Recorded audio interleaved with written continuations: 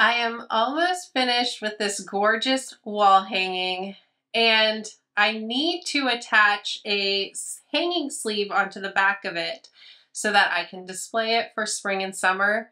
And I thought, why not share with you how I like to attach a hanging sleeve to my wall hanging quilt. Hi, my name is Fallon and I love to quilt, so let's jump in to showing how I attach a hanging sleeve to display my quilts. All right, so I honestly keep this really simple, like a lot of things I do. So here's the top of my quilt, and it is where I'm going to want to attach the hanging sleeve just on the back of the wall hanging. So all I do is cut 2 pieces of fabric that are just short of the width of the quilt that is going to have the hanging sleeve attached to it.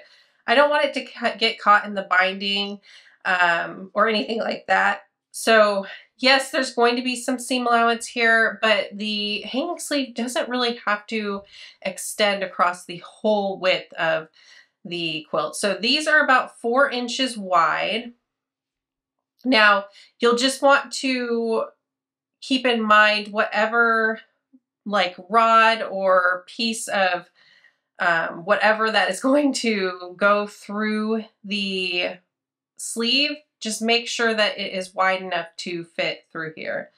All you do is place these 2 right sides together and sew a 1/4 inch seam along both short sides of these pieces of fabric. All right, so I have them right sides together, and this is such a quick and easy way to attach a sleeve.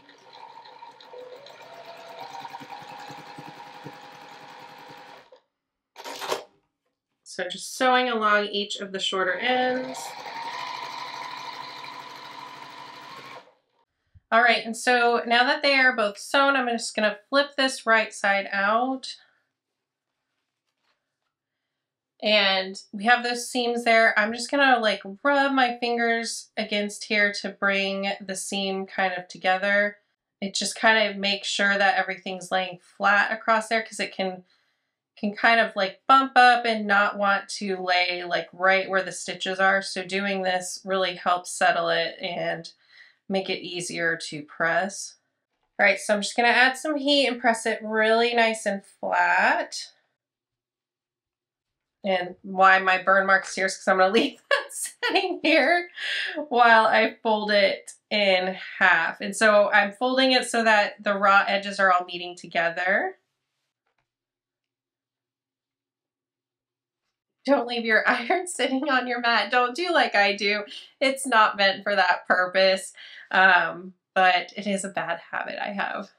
So then I'm just gonna take this folded piece of fabric and line up the raw edges with the top of my quilt.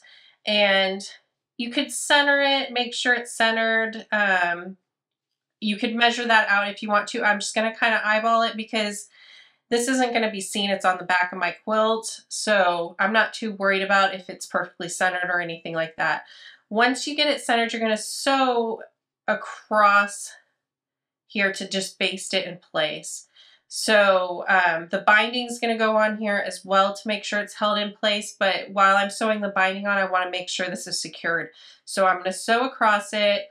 I'm just going to do a 1/4 inch seam across there because, well, actually, no, I'm going to do an 1/8 inch seam across here because I want to make sure those stitches are hidden from the binding, and just in case my sewing's a little bit off, which sometimes it can be, I'll just make sure that they get hidden by doing an 1/8 inch seam across here to hold it in place. So since this stitch is mainly just to hold this in place, I am extending my stitch length up to 3.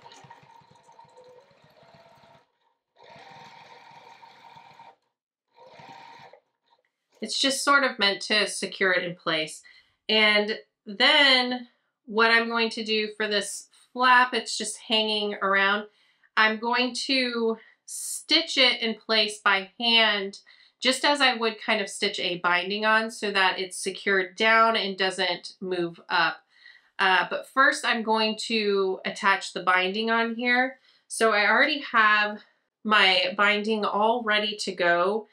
I'm going to stitch it to the front of this quilt and then fold it over to the back and hand stitch it in place. So when I'm hand stitching it in place to the back of the quilt, that's also when I'm going to tack down that hanging sleeve, and that'll be it. It really comes together really, really easy. The thing is, the reason I do it this way is so there's no loose threads anywhere that might start unraveling by adding this onto the hanger and taking it off, and it just gives a nice, clean, finished look to it. So I'm gonna get the binding sewn on here. The one thing, if you haven't sewn this end down yet by hand, you want to make sure it's not folded up or anything when you get to there when you're sewing the binding on.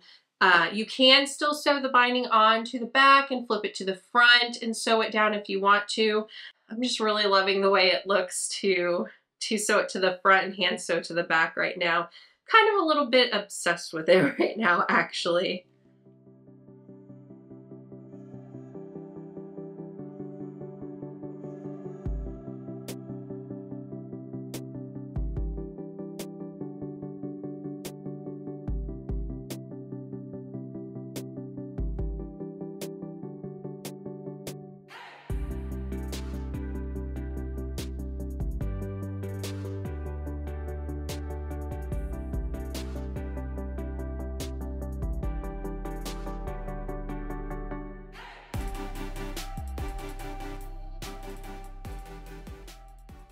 All right, so my binding is attached on, and then you can see my little sleeve is here, and there are 2 rows of stitches going across here, so it should be nice and secure for hanging. These aren't very heavy, so it should be really good. And then we're going to even flip the binding over, and there's going to be more stitches across here, so I think we should be good. So I'm going to show you how I sew the hanging sleeve down to the quilt so that it doesn't flip up, and it's actually the same method I use for hand sewing the binding down.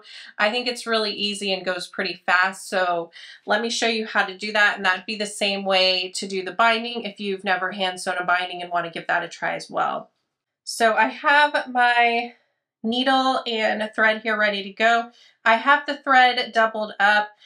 You can just do one single piece. It's just easier for me because then my needle doesn't keep sliding off, and I'm lazy.